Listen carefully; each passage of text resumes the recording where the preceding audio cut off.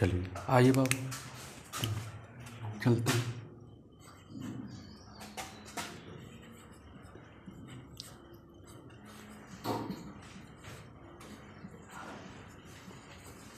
आधार, चलिए आइए क्लास में।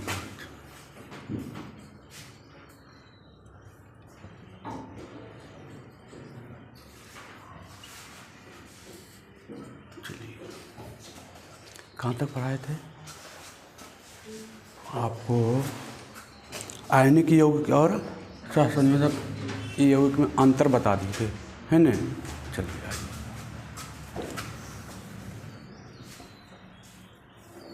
है ना? चलिए लिखेगा, हेडिंग डालेगा, प्रकृति में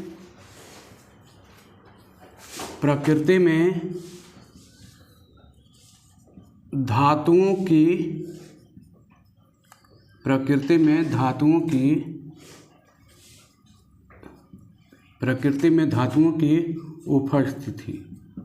उपस्थिति है ना? प्रकृति में धातुओं की उपस्थिति अवस्था के आधार पर है ना? तो ये दो प्रकार के होते हैं। कितने प्रकार के होते हैं? ये दो प्रकार के होते हैं। प्रकृति में धातुओं की जो उपस्थिति होता है उसकी कितनी अवस्था होती है? दो अवस्था होती है। पहला होती है मुक्त अवस्था, पहला होता है मुक्त अवस्था, है ना? और दूसरा होता है संयुक्त अवस्था।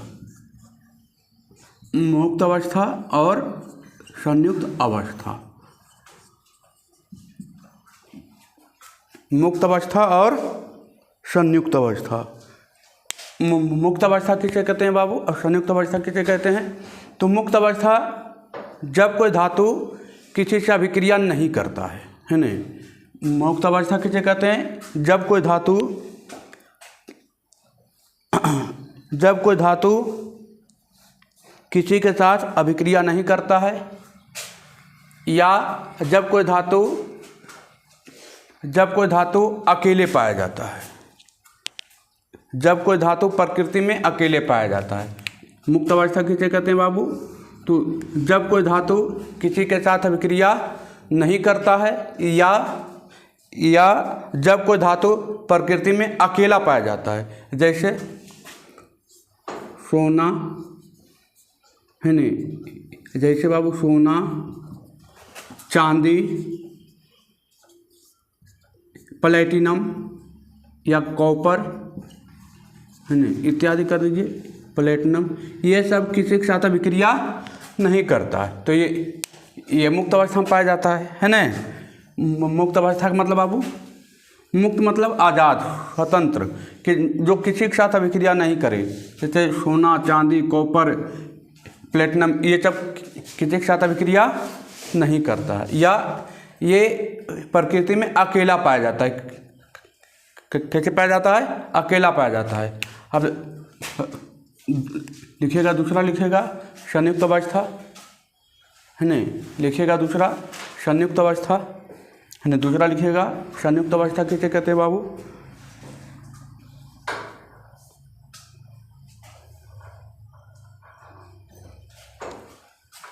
संयुक्त अवस्था किसे कहते हैं बाबू? संयुक्त अवस्था किसे कहते हैं? लिखिएगा,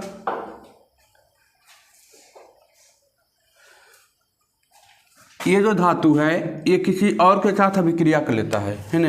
तो लिखिएगा संयुक्त अवस्था, लिखिएगा धातु किसी अन्य तत्व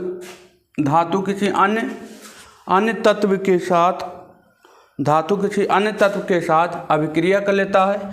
धातु किसी अन्य तत्व के साथ अभिक्रिया कर लेता है।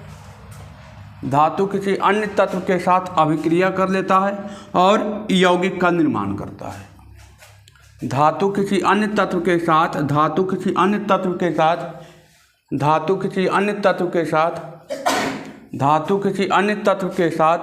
अभिक्रिया कर लेता है या यौगिक का निर्माण करता है। धातु किसी अन्य तत्व के साथ अभिक्रिया कर लेता है और यौगिक के रूप में पाया जाता है या निर्माण होता है, उसे संयुक्त अवस्था कहते हैं। लिखे, किसी धातु किसी अन्य तत्व के साथ अभिक्रिया कर लेता है या यौगिक के रूप में पाया जाता है, उसे संयुक्त अवस्था कहते हैं बाबू। जैसे सोडियम अभिक्रिया करता है नहीं, सोडियम हो गया आपका, कैल्शियम हो गया है नहीं, सोडियम हो गया, कैल्शियम हो गया, फास्फोरस हो गया, ये सब अभिक्रिया करता है बाबू है नहीं। सोडियम, कैल्शियम, फास्फोरस ETC कर दीजिए। या यौगिक बनाता है Al2O3 ETC कर दीजिए, ये सब यौगिक है। मुक्त अवस्था किसे कहते हैं बाबू? जो किसी के साथ अभिक्रिया नहीं करता है, जो पृथ्वी पर जो प्रकृति में अकेले पाया जाता है। संयुक्त अवस्था किसे कहते हैं बाबू? जो किसी धातु किसी अन्य तत्व के साथ क्या कर ले, अभिक्रिया कर ले है नहीं, उसे क्या कहते हैं? संयुक्त अवस्था। संयुक्त अवस्था किसे कहते हैं? तो संयुक्त अवस्था किसे कहते हैं?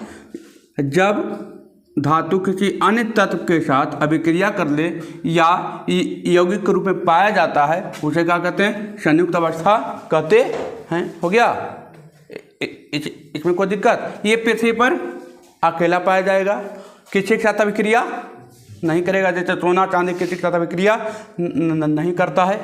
संयुक्त अवस्था ये अभिक्रिया करता है और किस रूप में पाया जाता है? यौगिक के रूप में पाया जाता है। किस रूप में पाया जाता है? यौगिक के रूप में पाया जाता है। सोडियम, कैल्शियम, फास्फोरस है नहीं, ETC कर दिए। चलिए अब लिखिएगा, हेडिंग डालेगा खनिज, हेडिंग डालिएगा खनिज। खनिज किसे कहते हैं बाबू? हेडिंग डालिएगा खनिज।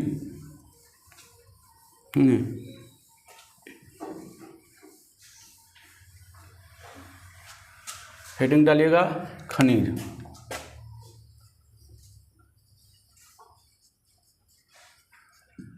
हेडिंग डालिएगा खनिज। खनिज किसे कहते हैं बाबू? जो भी पृथ्वी के अंदर से हमको मिलता है, जो भी पृथ्वी के अंदर हमें क्या होता है, मिलता है, उसे क्या कहते हैं? खनिज कहते हैं। उसे क्या कहते हैं? खनिज कहते हैं। लिखिएगा, पृथ्वी के अंदर मौजूद ऐसे ठोस पदार्थ, पृथ्वी के अंदर मौजूद ऐसे ठोस पदार्थ जिनसे हमें धातु प्राप्त होता है, उसे खनिज कहते हैं। पृथ्वी के अंदर मौजूद, पृथ्वी के अंदर मौजूद ऐसे ठोस पदार्थ जिसमें धातु उपस्थित हो, उसे खनिज कहते हैं। पृथ्वी के अंदर मौजूद ऐसे ठोस पदार्थ, पृथ्वी के अंदर मौजूद ऐसे ठोस पदार्थ, पृथ्वी के अंदर मौजूद ऐसे ठोस पदार्थ जिसमें धातु उपस्थित हो, उसे खनिज कहते हैं। पृथ्वी के अंदर मौजूद ऐसे ठोस पदार्थ जिसमें धातु उपस्थित हो, उसे खनिज कहते हैं। पृथ्वी के अंदर मौजूद ऐसे ठोस पदार्थ जिसमें धातु उपस्थित हो, उसे खनिज कहते हैं। पृथ्वी के अंदर मौजूद ऐसे ठोस पदार्थ जिनमें धातु उपस्थित हो, उसे क्या कहते हैं? खनिज कहते हैं। अब देखिए, खनिज ये दो प्रकार के होता है। ये खनिज कितने प्रकार के होते हैं बाबू? दो प्रकार के होते हैं। पहला होता है अयस्क, अयस्क है ना, दूसरा होता है खनिज है नहीं।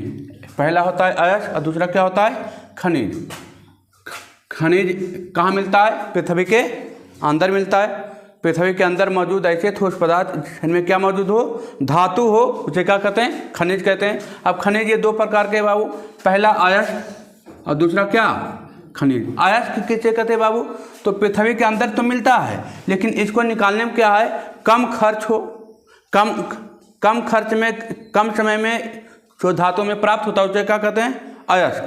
कम समय में पृथ्वी के अंदर से तो निकाला जाएगा, पृथ्वी के अंदर ही निकाला जाएगा, लेकिन कम समय में, कम खर्च में, और हमको ज़्यादा क्या हो? बेनिफिट हो, तो उसे क्या कहेंगे? लिखिएगा, है नहीं? समझ में आया? अयस्क किसे कहते हैं? समझ में आया? पृथ्वी के अंदर तो मिलेगा ही मिलेगा, पृथ्वी के अंदर ही मिलेगा, लेकिन कम खर्च में, कम समय में, कम अथी में, हर चीज़ में कम रहे और ऐसे प्रॉफिट क्या रहे? ज़्यादा धातु हमको ज़्यादा मिले, कम खर्च में, कम समय में ज़्यादा धातु मिले, तो उसे क्या बोलेंगे? अयस्क है ना। खनिज किसे बोलेंगे? तो ज़्यादा टाइम भी लगे, ज़्यादा पैसा भी लगे और धातु क्या मिले, कम मिले भी नहीं। हमको जितना पैसा खर्च के जितना टाइम दिए उसके अपेक्षा क्या मिले, धातु कम, तो उसे क्या बोलेंगे, खनिज। है समझ में? कम समय में, कम लागत में, और धातु हमको क्या मिले, ज़्यादा मिले। तो ज़्यादा मिलेगा तो उसको क्या बोल देंगे, या प्रॉफिट हमको ज़्यादा हो, कम समय में, कम समय भी दे, कम पैसा भी कम खर्च करे, और धातु हमको ज़्यादा मिले, हमने प्रॉफिट हमको क्या हो, ज़्यादा हो, तो उसे क्या बोलेंगे, अयस्क। और समय भी ज़्यादा लगे, पैसा भी खूब खर्चा हो, और धातु क्या मिले, कम मिले, तो उसे क्या बोलेंगे, खनिज। है समझ में? तो लिखिएगा, वैसे खनिज जिससे कम खर्च में तथा कम समय में, वैसे खनिज जिससे कम समय में, कम खर्च में धातु प्राप्त किया जा सके या ज़्यादा धातु प्राप्त किया जा सके, उसे अयस्क कहते हैं। वैसे खनिज जिससे कम खर्च में, कम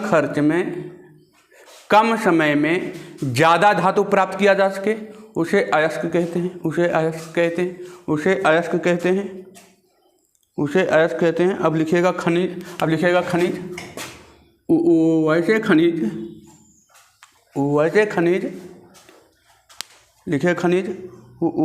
खनिज जिससे धातु प्राप्त करना मुश्किल हो, वैसे खनिज जिससे धातु प्राप्त करना मुश्किल हो, यानी वैसे खनिज जिससे धातु प्राप्त करना मुश्किल हो, यानी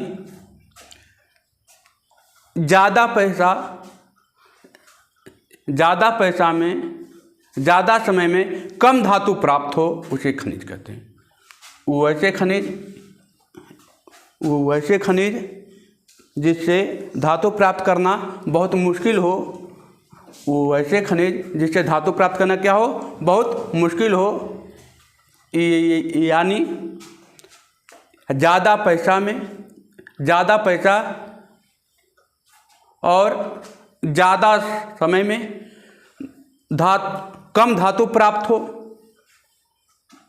ज़्यादा पैसा में, ज़्यादा समय में कम धातु प्राप्त हो, उसे खनिज कहते हैं। आया समझ में? खनिज किसे कहते हैं बाबू, है नहीं? लिखिएगा, वो वैसे खनिज जिससे धातु प्राप्त करना बहुत मुश्किल हो, यानी ज़्यादा समय में, ज़्यादा पैसा में कम धातु प्राप्त हो, तो उसे क्या कहते हैं, खनिज कहते हैं। उसे क्या कहते हैं, खनिज। अयस्क किसे कहते हैं बाबू, तो वो ऐसे खनिज जिससे कम पैसा में, कम टाइम में, कम समय में ज़्यादा धातु क्या हो, प्राप्त हो, उसे क्या बोलते हैं, अयस्क। माने हम थोड़ा सा पैसा खर्च किए, थोड़ा सा एक दिन टाइम एक दिन लगे, पैसा भी कम खर्च हो, और बहुत सारा हमको धातु मिल जाए, तो उसको क्या बोलेंगे, अयस्क। और यहाँ 5-6 दिन हम टाइम ही दे दिए, पैसा भी बहुत खर्चा किए, और धातु मिला जरूर, धातु मिला बहुत कम, तो उसको क्या बोलेंगे, खनिज। उसको क्या बोलेंगे, खनिज। अच्छा, ये बताइए, सभी अयस्क, ये आपका पूछा हुआ क्वेश्चन है, सभी अयस्क खनिज है, सभी अयस्क खनिज हैं,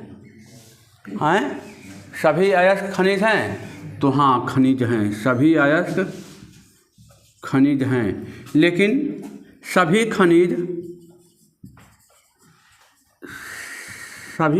अयस्क है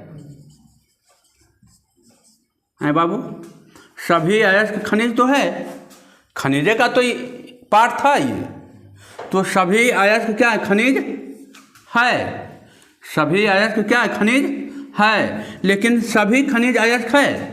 खनिज का डिफिनीशन यहाँ पर हमने क्या लिखाया कि कम ज़्यादा वो ऐसा खनिज जिससे धातु प्राप्त करना क्या हो, मुश्किल हो, लेकिन ज़्यादा यानी ज़्यादा समय में ज़्यादा पैसा खर्च करें और धातु क्या प्राप्त हो, कम प्राप्त हो, तो उसे क्या बोलते हैं, खनिज बोलते हैं। तो देखिए तो सभी खनिज अयस्क होगा।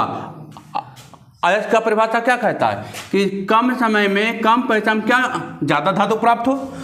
यहाँ पर क्या है, सभी खनिज एक खनिज है, तो सभी खनिज अयस्क होंगे, नहीं होंगे, सभी खनिज अयस्क नहीं होंगे। काहे नहीं होंगे बाबू, तो खनिज निकालने में हमको क्या लगता है, ज़्यादा पैसा खर्च होता है, ज़्यादा टाइम लगता है, और अयस्क क्या कहता है, कम पैसा कम टाइम ज़्यादा धातु, है ना। तो क्या बोलते हैं, अयस्क। तो सभी अयस्क खनिज हैं, सभी अयस्क खनिज हैं, लेकिन सभी खनिज अयस्क नहीं है। कोई दिक्कत, ये ऑब्जेक्टिव में हो सकता है, पूछ दे, लिख लीजिए जल्दी से।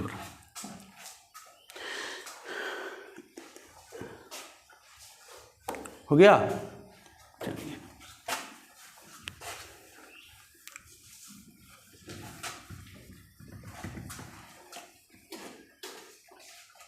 हो गया। चलिए अगला हेडिंग डालिएगा, अगला हेडिंग डालिएगा, अगला हेडिंग डालिएगा अयस्क के प्रकार। अयस्क, अयस्क के, अयस्क के प्रकार, अयस्क के प्रकार, अयस्क के प्रकार, है ना। किसके आधार पर बाबू, अशुद्धि के आधार पर। किसके आधार पर, अशुद्धि के आधार पर, है ना, अशुद्धि के आधार पर। अयस्क के प्रकार किसके आधार पर है, अशुद्धि के आधार पर, है ना, अशुद्धि के आधार पर। पहला लिखिएगा सल्फाइड अयस्क,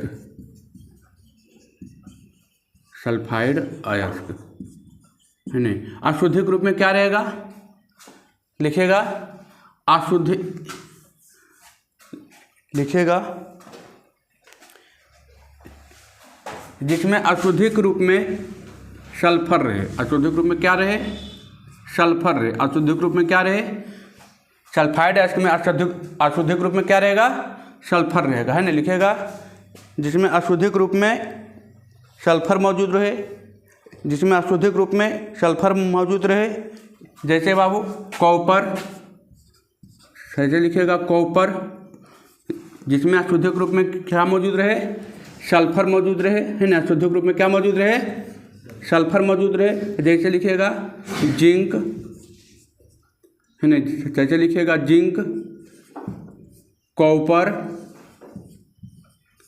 इत्यादि कर दीजिए, है ना। ये सब में क्या मौजूद रहता है, अत्यधिक रूप में सल्फर मौजूद रहता है ना। सल्फाइड अयस्क में अशुद्धिक रूप में क्या मौजूद रहेगा, पूछेगा। सल्फाइड अयस्क में अशुद्धिक रूप में क्या मौजूद रहेगा, सल्फर मौजूद रहे, है ना। अशुद्धिक रूप में क्या मौजूद रहेगा, सल्फर मौजूद रहेगा, जैसे जिंक, कॉपर इत्यादि, है ना।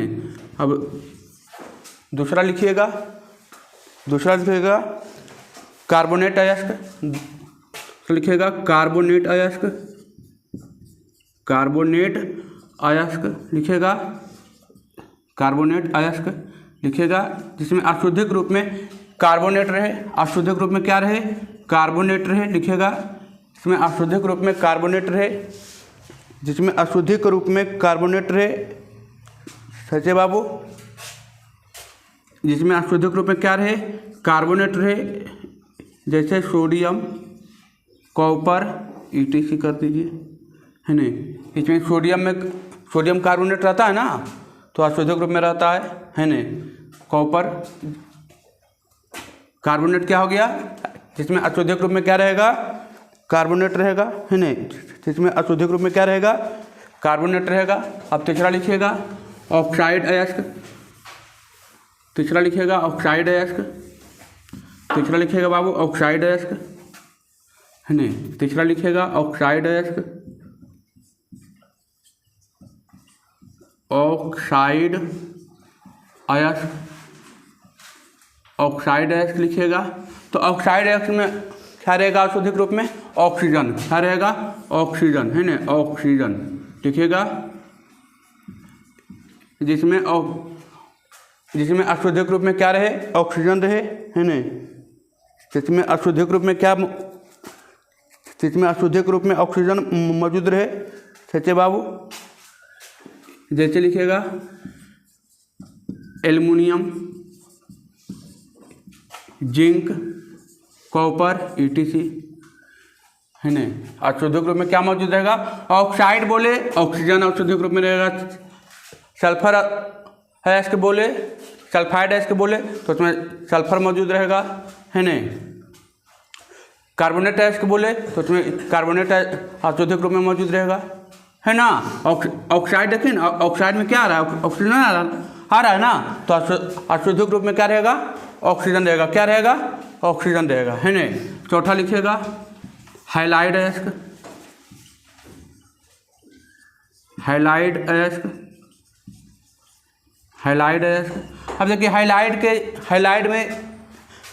अयस्क में 4 फैमिली होता है ना। हाइड्रोजन में लिखेगा जिसमें औषधिक रूप में हाइड्रोजन मौजूद रहे, जिसमें औषधिक रूप में हाइड्रोजन मौजूद रहे। तो हाइड्रोजन फैमिली देखिए कौन कौन है? हाइड्रोजन फैमिली कौन कौन है बाबू? देख लीजिए। जैसे देखिए आयोडीन, ब्रोमीन और फ्लोरीन, है ना। और एगो और है आयोडीन, ब्रोमीन, फ्लोरीन, और एगो है आपका ये आयोडीन, ब्रोमीन, फ्लोरीन, एगो है क्लोरीन। ये हाइड्रोजन फैमिली है बाबू, है ना। लिखेगा जिसमें औषधिक रूप में क्या मौजूद रहे? हाइड्रोजन मौजूद रहे। हाइड्रोजन परिवार में कितने आते हैं?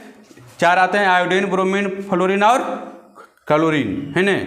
आयोडीन, ब्रोमीन, फ्लोरीन और क्लोरीन आते हैं। हाइड्रोजन में कितने फैमिली आते हैं?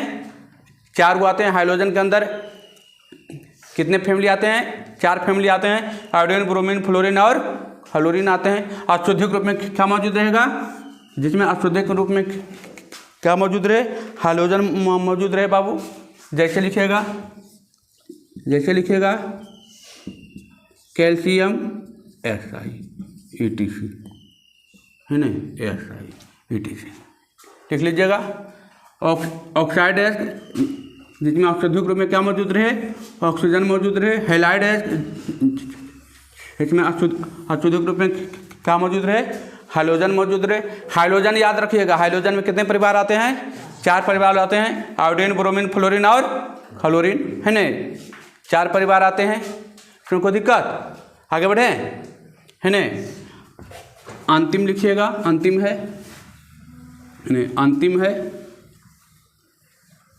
अंतिम है लिखिएगा अंतिम। फॉस्फेट अयस्क, है ना, लिखिएगा। 5वां था ना, फॉस्फेट अयस्क, फॉस्फेट अयस्क लिखिएगा जिसमें औषधिक रूप में फास्फोरस रहे या फॉस्फेट रहे, जिसमें औषधिक रूप में फॉस्फेट रहे, औषधिक रूप में फॉस्फेट रहे या फास्फोरस रहे, जिसमें औषधिक रूप में फॉस्फेट रहे, है ना। चलिए ये हो गया। जिसमें अयस्क के प्रकार, है ना, हो गया लमसम। अयस्क के 5 गो प्रकार था बाबू। अयस्क के कितने प्रकार था? 5 प्रकार था। फॉस्फेट अयस्क था, लास्ट था, है ना। जिसमें औषधिक रूप में क्या रहेगा? फॉस्फेट रहे, है ना। औषधिक रूप में क्या रहेगा? फॉस्फेट रहेगा, है ना। चलिए इतना तक के तो हो गया बाबू, है ना। अब लिखिएगा धातु कर्म। हेडिंग डालेगा धातु कर्म, धातु कर्म, है ना। लिखिएगा धातु कर्म, लिखिएगा धातु कर्म, धातु कर्म। देखिए धातु कर्म क्या है? तो अयस्क जो है उससे जो धातु के निकालने की जो प्रक्रिया होती है उसे क्या कहते हैं? अयस्क रहता है ना, अयस्क में कुछ तो गंदगी रहता है ना, तो वो गंदगी को हटाने की जो प्रक्रिया होती है उससे हमको क्या चाहिए? शुद्ध धातु चाहिए ना। लोहा, जो लोहा, एल्युमिनियम, तांबा जो भी कहाँ मिलता है? जब पृथ्वी के अंदर मिलता है, चट्टान के रूप में मिलता है ना, चट्टान के रूप में मिलता है हमें। तो चट्टान के रूप में मिलता है तो उसमें बहुत सारे क्या रहता है, अशुद्धि रहता है, बहुत सारा क्या रहता है उसमें, अशुद्धि लगा हुआ रहता है ना, फिर बहुत सारा गंदगी रहता है ना उसमें, उसको हटाने की प्रक्रिया को हम क्या कहते हैं, धातु कर्म कहते हैं। लिखिएगा अयस्कों से धातु को बाहर निकालने की प्रक्रिया को, अयस्कों से धातु को बाहर निकालने की प्रक्रिया को धातु कर्म कहते हैं। अयस्कों से धातु को बाहर निकालने की प्रक्रिया को, अयस्कों से धातु को बाहर निकालने की प्रक्रिया को धातु कर्म कहते हैं। VVI है ये VVI है बाबू, है ना, धातु कर्म बहुत बार पूछ चुका है, VVI है। अयस्कों से धातु को बाहर निकालने की प्रक्रिया को धातु कर्म कहते हैं। अयस्कों से धातु को बाहर निकालने की प्रक्रिया को धातु कर्म कहते हैं। अयस्कों से धातु को बाहर निकालने की प्रक्रिया को धातु कर्म कहते हैं। अयस्कों से धातु को बाहर निकालने की प्रक्रिया को धातु कर्म कहते हैं। अयस्कों से धातु को बाहर निकालने की प्रक्रिया को धातु कर्म कहते हैं, है ना, धातु कर्म कहते हैं। अब देखिए धातु कर्म कहते हैं। अब थोड़ा सा धातु कर्म में कुछ धातु के मुख्य पद हैं, है ना, उसके बारे में लिखते हैं। लिखिएगा, हेडिंग डालिए, धातु कर्म में प्रयुक्त होने वाले कुछ मुख्य पद। लिखिएगा, धातु कर्म में प्रयुक्त होने वाले, धातु कर्म में प्रयुक्त धातु कर्म में प्रयुक्त होने वाले, धातु कर्म में प्रयुक्त होने वाले कुछ धातु कर्म में प्रयुक्त होने वाले मुख्य पद है ना, धातु में प्रयुक्त होने वाले कुछ मुख्य पद है ना, होने वाले मुख्य पद। पहला लिखेगा गैंग, गैंग। अच्छा, गैंग किसे कहते हैं बाबू? तो जो धातु में जो अशुद्धि पदार्थ होता है उसको हाथ से क्या करके, हाथ से चुन करके कुछ अलग करते हैं ना। जैसे मान लीजिए गेहूँ है, मान लेते गेहूँ, अब गेहूँ क्या रहता है, कंकर रहता है, मट्टी रहता है, तो हाथ से चुनकर अलग करते हैं कि नहीं करते हैं? तो जो हाथ से चुनकर अलग करते हैं उसे क्या कहते हैं, गैंग कहते हैं। लिखिएगा अयस्कों में मौजूद वैसी अशुद्धि जिसे हाथों से चुनकर अलग किया जाता है। अयस्कों में मौजूद वैसी अशुद्धि जिसे हाथों से चुनकर अलग किया जाता है उसे गैंग कहते हैं। जैसे बालू, कंकर, मिट्टी इत्यादि, है ना। अयस्कों में मौजूद वैसी अशुद्धि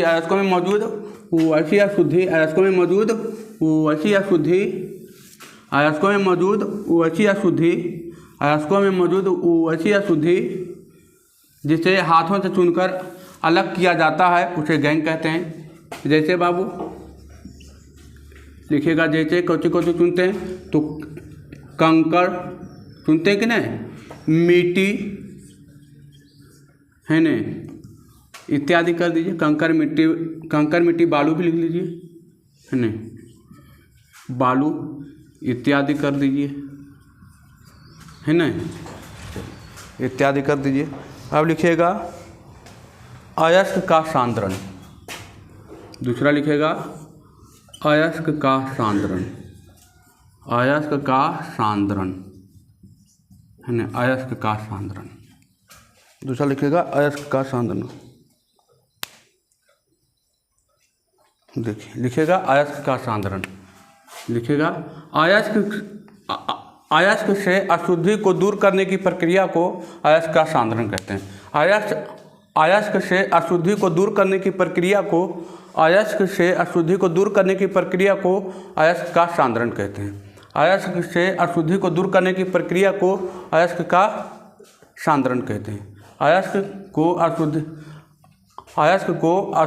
दूर करने की प्रक्रिया को अयस्क का सांद्रण कहते हैं, है ना। अब लिखिएगा तीसरा लिखिएगा निस्तापन। फिर आएगा, इसमें चिंता नहीं करना है, फिर आएगा ये सब, है ना, लिखेगा निस्तापन। अयस्क को अशुद्धि से दूर करने की प्रक्रिया को क्या कहते हैं? अयस्क का सांद्रण कहते हैं। लिखिएगा निस्तापन। देखिए इसमें क्या होता है, निस्तापन में क्या होता है, तो इसमें ऑक्सीजन की उपस्थिति में, ऑक्सीजन की अनुपस्थिति में या पर्याप्त जितना चाहिए उससे कम उपस्थिति में कम ताप पर इसको क्या किया जाता है? गर्म किया जाता है। अयस्क, इसमें भी अयस्क रहता है। अयस्क, कुछ अयस्क निस्तापन विधि द्वारा अलग होते हैं, ठीक है। तो ये आगे भी आएगा एग्जाम्पल के साथ आएगा, बहुत चीज़ कुछ अच्छा से आएगा ये फिर एक बार अभी। और तो ये क्या होता है, तो अयस्क तो रहता है, अयस्क में कुछ क्या होता है, ऑक्सीजन की अनुपस्थिति में या जितना चाहिए उससे कम, और कम ताप पर इसको क्या करते हैं? गर्म करके हम अशुद्धि को क्या करते हैं? दूर करते हैं, और उससे जो धातु, उस प्रक्रिया जो धातु मिलता है उसे क्या कहते हैं? निस्तापन। उसे क्या कहते हैं? निस्तापन। लिखिएगा इस विधि में अयस्क को ऑक्सीजन की अनुपस्थिति में या पर्याप्त उपस्थिति में, इस विधि में अयस्क को ऑक्सीजन की अनुपस्थिति में या अपर्याप्त उपस्थिति में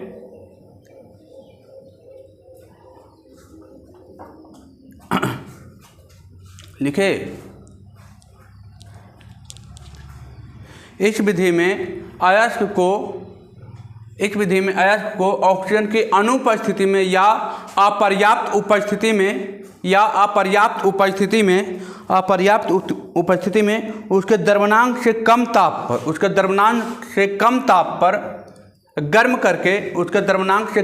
पर गर्म करके लिखे। इस विधि में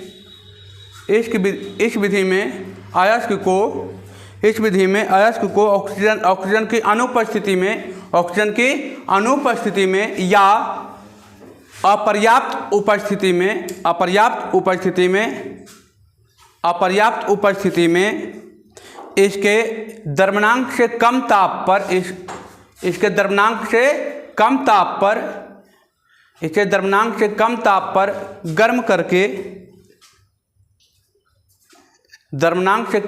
पर गर्म करते हैं। लिखिएगा गर्म करते हैं, जिससे लिखिएगा गर्म करते हैं तो अयस्क धातु के ऑक्साइड में बदल जाते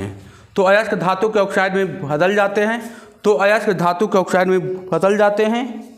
इस प्रक्रिया को निस्तापन कहते हैं। इस विधि में अयस्क को ऑक्सीजन की अनुपस्थिति में या अपर्याप्त उपस्थिति में इसके द्रव्यमान से कम ताप पर गर्म करते हैं तो अयस्क धातु के ऑक्साइड में बदल जाता है।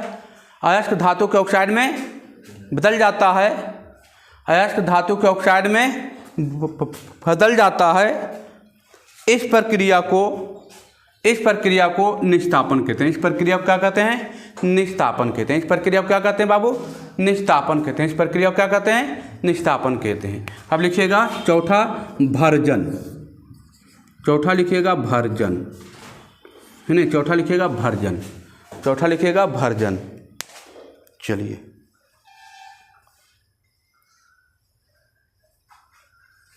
लिखिएगा भर्जन किसे कहते हैं बाबू? तो भर्जन भी वही है, बस इसमें खाली क्या करते हैं, तो वहाँ पर बोले थे ऑक्सीजन की अनुपस्थिति में ना, यहाँ बोलते हैं ऑक्सीजन की उपस्थिति में, और उसको तेज़ी से गर्म, इसको कम ताप पर कर रहे थे ना, इसको तेज़ी से गर्म करेंगे। इसको कैसे गर्म करेंगे? तेज़ी से गर्म करेंगे, और उस प्रक्रिया में जो धातु का ऑक्साइड मिलेगा उसे कौन विधि कहते हैं? भर्जन कहते हैं ना। तो लिखिएगा इस विधि में अयस्क को ऑक्सीजन की उपस्थिति में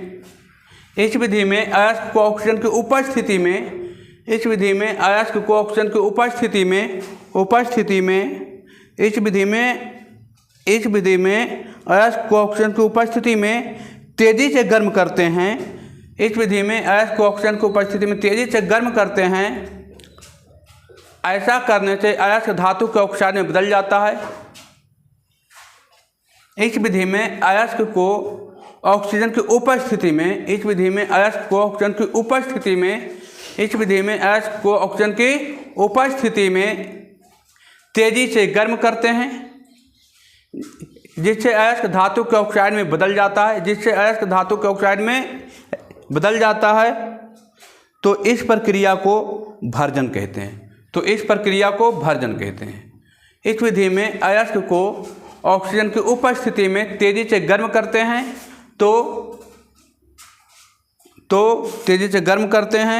तो ऐसा करने से धातु के ऑक्साइड में बदल जाते हैं। इस प्रक्रिया को भर्जन कहते हैं। इस प्रक्रिया को क्या कहते हैं बाबू? भर्जन कहते हैं। देखिए गैंग किसे कहते हैं बाबू? तो हाथों से चुनकर जो अशुद्धि अलग किया जाता है उसे क्या कहते हैं? गैंग कहते हैं। उसे क्या कहते हैं? गैंग कहते हैं। अयस्क का सांद्रण किसे कहते हैं बाबू? तो अयस्कों को अशुद्धि के अलग करने की विधि को क्या कहते हैं?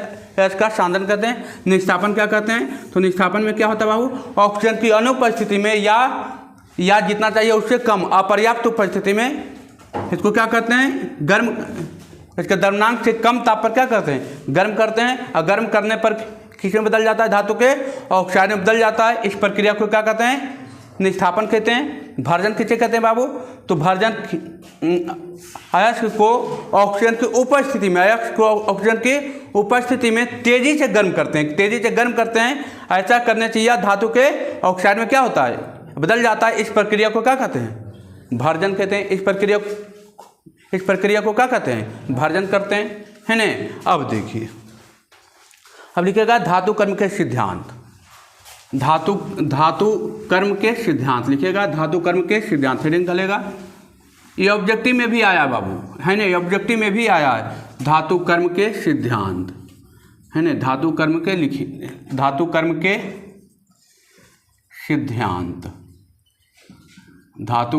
सिद्धांत, है ना। लिखेगा धातु कर्म के सिद्धांत लिखेगा। ये 4 प्रकार के होते हैं। पहला अयस्क का सांद्रण लिखेगा। ये 4 प्रकार के होते हैं बाबू।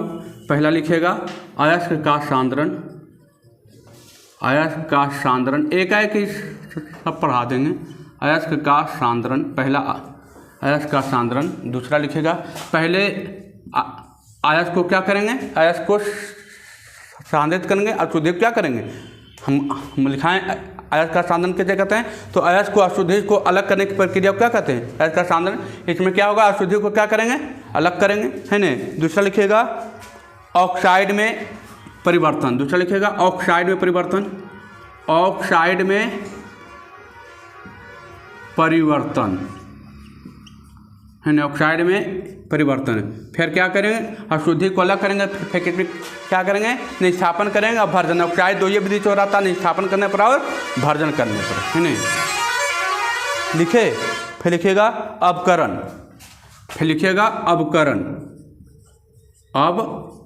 अवकरण, है ना। अवकरण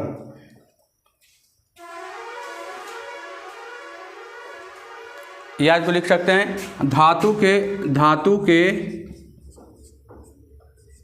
के ऑक्साइड